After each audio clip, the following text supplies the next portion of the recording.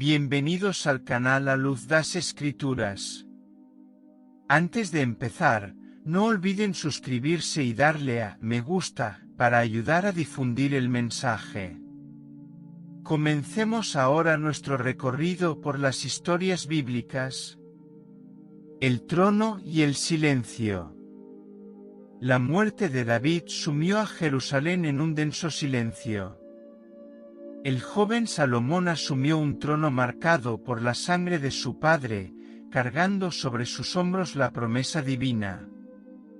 Ya se sabía, ese rey, bendecido con sabiduría celestial, emergía para comenzar un reinado de gloria, pero también corría el riesgo de perderse en las sombras de la idolatría. El trono de Israel no se transmitió pacíficamente. Aunque la promesa de Dios garantizaba la continuidad del linaje de David, los hombres no descansaron en la confianza. Hubo conspiraciones, derramamiento de sangre y alianzas ocultas. Salomón, incluso de joven, fue puesto a prueba incluso antes de asumir plenamente el trono. Su ascenso no se produjo solo con la unción, sino con la espada desenvainada. La sucesión no fue una herencia serena, sino una conquista sellada en la tensión. En la cámara real, el aroma del incienso aún se mezclaba con el del aceite de la unción, mientras los ecos de las últimas palabras de David flotaban como una nube sobre el nuevo monarca.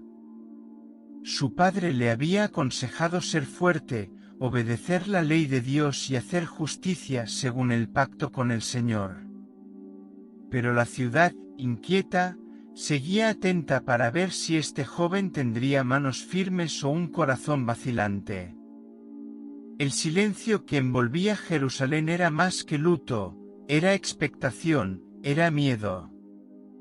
Los pasillos del palacio estaban marcados por pasos cautelosos y miradas sospechosas. Salomón sabía que el trono no solo era un asiento de gloria, sino un campo de decisión. En lo más profundo de él, el peso de su llamado se mezclaba con el miedo al fracaso. El silencio de la ciudad reflejaba el silencio interior del rey, un vacío que clamaba por dirección. El cielo aún no había hablado, y el pueblo esperaba, porque sin la voz de Dios, incluso el trono de David parecía inseguro. Pero fue en este silencio que Salomón comenzó a discernir. No se precipitó en discursos ni promesas. Antes de dar órdenes, observaba. Antes de actuar, meditaba. Era como si buscara escuchar los susurros del cielo en las pausas entre las palabras de los hombres. La espera lo preparó para la petición en Gabaón, donde no buscaría oro ni venganza, sino sabiduría, porque comprendió desde el principio que gobernar un pueblo santo requiere más que fuerza, requiere temor del Señor. Así, el trono no fue inaugurado con grandiosas celebraciones, sino con temor reverente. Salomón sabía que la verdadera autoridad no se impone con gritos, sino que se establece en el corazón de quien escucha. El silencio de la ciudad, tan pesado tras la muerte de David, comenzó a disiparse no por decretos reales, sino por la quietud de un rey que, incluso coronado, seguía arrodillándose. El trono y el silencio, juntos, prepararon el escenario donde la voz de Dios finalmente se escucharía de nuevo. ¿Justicia o venganza? Salomón comprendió que su reinado comenzaría con justicia, o con venganza. Adonías, quien intentó usurpar el trono, fue ejecutado. Joab, el general ávido de poder, no encontró refugio ni siquiera en el altar. Simei, cuyas maldiciones amenazaban el legado de David, fue condenado por transgresión. La firmeza del trono pronto se hizo evidente. La petición en Gabaón. Siguiendo el consejo de que el poder sin dirección es una carga, Salomón fue a Gabaón. En un sueño, Dios le concedió todo lo que deseaba. En lugar de riquezas o poder, el joven eligió la sabiduría para juzgar. Dios, bendecido por su decisión, también le concedió honor, paz y riquezas. La primera prueba llegó pronto, el caso de las dos madres, resuelto con profundo discernimiento. La sabiduría demostró ser a la vez espada y justicia. En la soledad de Gabaón, lejos del bullicio de Jerusalén y de los consejos de los hombres, Salomón buscó a Dios. Allí, entre los altares del pasado y las incertidumbres del futuro, presentó 1000 holocaustos como señal de su rendición. No fue un acto político, sino un clamor sincero. Sabía que el peso de un reino no podía sostenerse solo con herencias ni estrategias, necesitaba el aliento divino para que su mente no se perdiera en el laberinto del poder. Esa noche, mientras el sueño cubría sus ojos, el cielo se abrió en una visión. Dios se le apareció en sueños, ofreciéndole una oportunidad única: pide lo que quieras, y te lo daré. No había límites ni condiciones. Pero ante el Dios que escudriña los corazones, Salomón no pidió venganza de sus enemigos, ni una larga vida ni riquezas. Pidió algo más profundo: discernimiento para gobernar. Reconoció su juventud, sus limitaciones, su necesidad. Esta humildad abrió las compuertas de la bendición. Dios se complació con la respuesta. La elección del rey reveló no solo sabiduría, sino también temor. Y donde hay temor, hay honor. El Señor prometió entonces dar no solo sabiduría como nunca antes había existido, sino también riquezas, gloria y paz. Fue el comienzo de una alianza viva.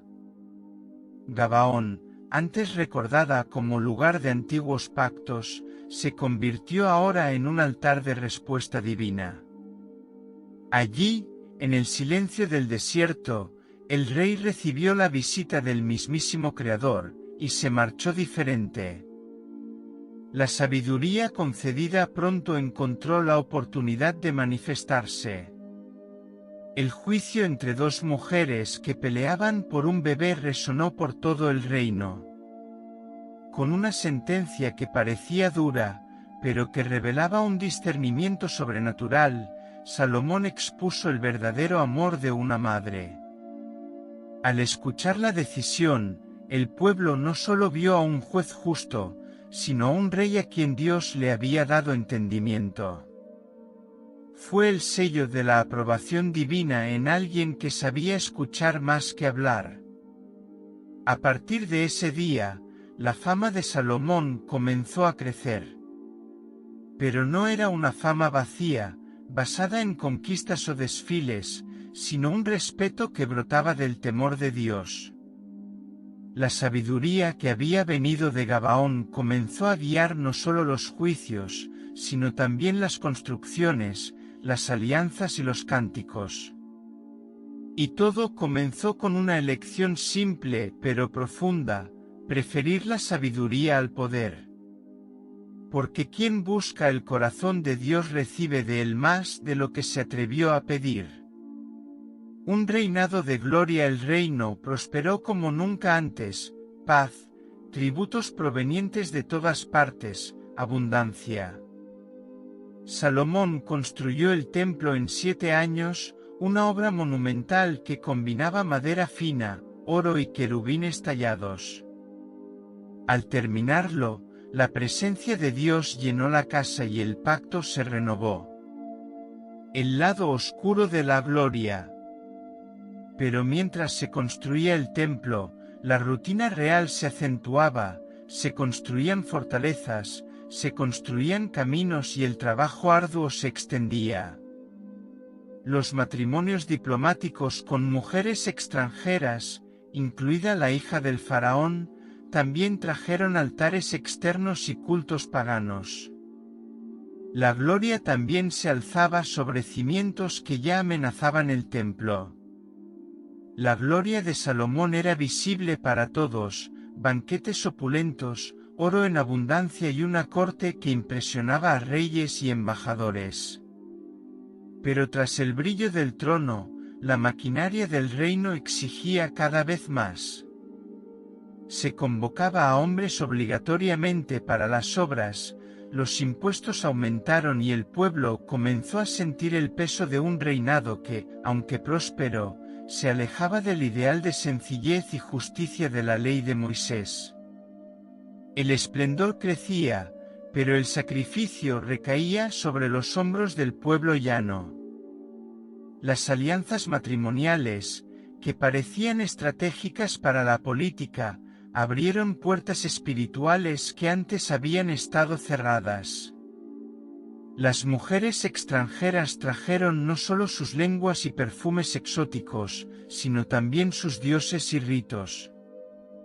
El rey, antes centrado en la sabiduría divina, comenzó a dar cabida en su corazón a las peticiones de sus esposas.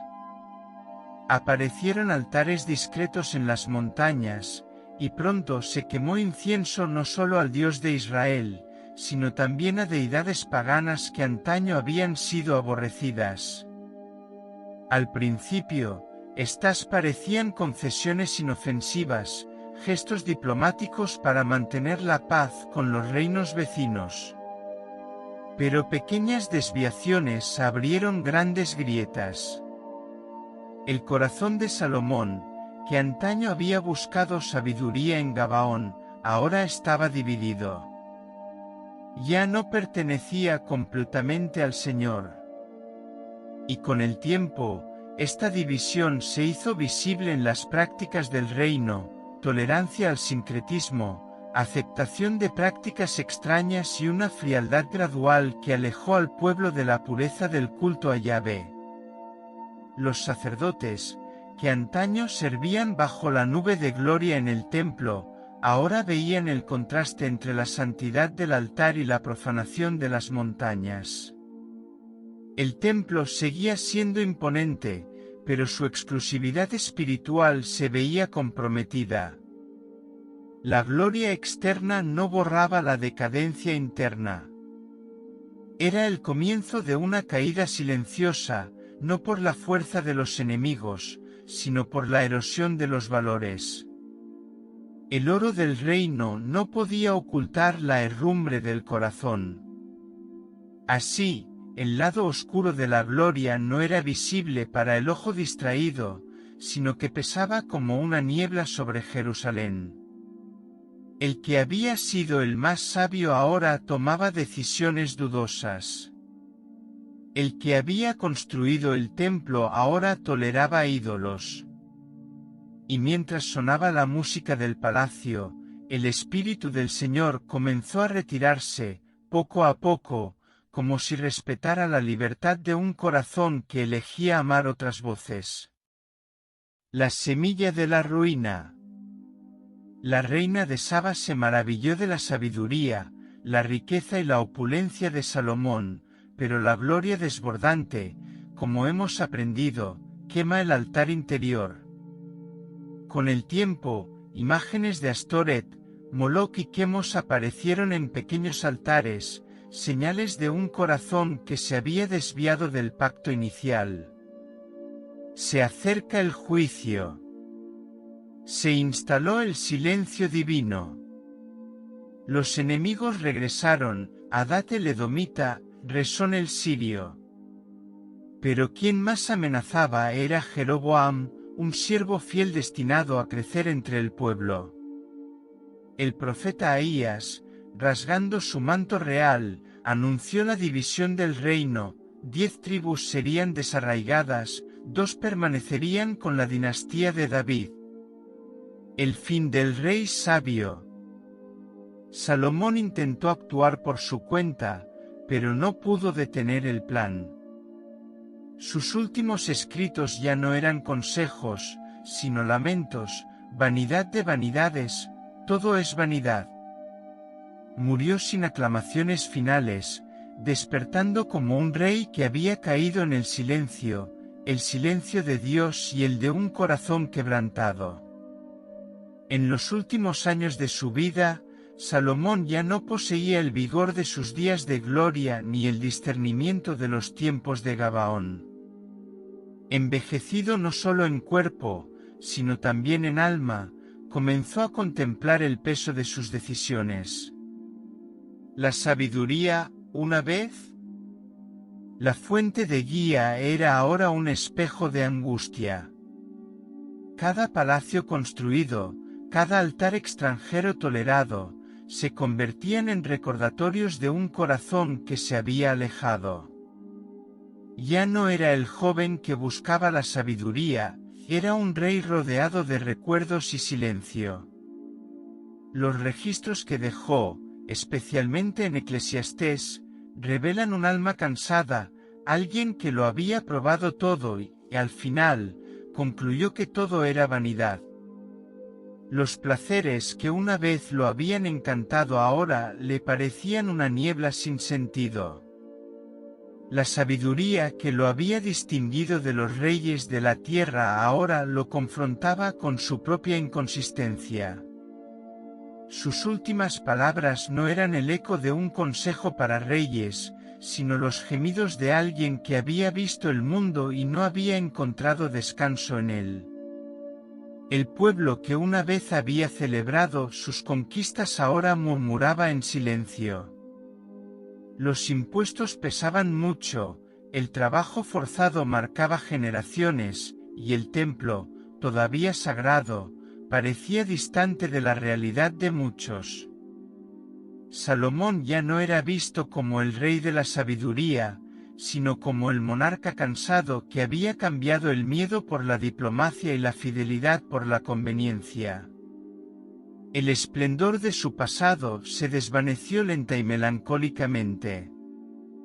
Cuando finalmente murió, no hubo celebraciones, ni multitudes que ensalzaran sus hazañas como las hubo con David. El rey partió envuelto en la sombra, abandonado a sus reflexiones y sin el aplauso del pueblo ni el clamor de Dios. Murió como vivió sus últimos días, en silencio. Un silencio que decía más que las palabras, un testimonio del precio que se paga cuando se cambia la presencia divina por glorias fugaces. Salomón, el rey sabio, se convirtió en una advertencia viviente de que la sabiduría sin obediencia se convierte en arrepentimiento. Su vida, tan llena de promesas, terminó como un libro inacabado. Y la nación, que una vez vivió unida bajo su liderazgo, ahora se encaminaba hacia la división. El fin del sabio rey no fue una tragedia repentina, sino la cosecha de una sutil desviación, cultivada a lo largo de los años. Su legado, más que el oro o los edificios, fue la advertencia silenciosa de que un corazón dividido jamás se mantiene firme. La advertencia para hoy. La historia de Salomón no es solo una crónica antigua. Es un espejo. ¿Qué hacemos con los dones que hemos recibido? ¿Quién se sienta en el trono de nuestros corazones? Si esta historia te conmovió, escribe en los comentarios. Señor, guarda mi corazón. Aún hay tiempo, mientras haya miedo, hay esperanza.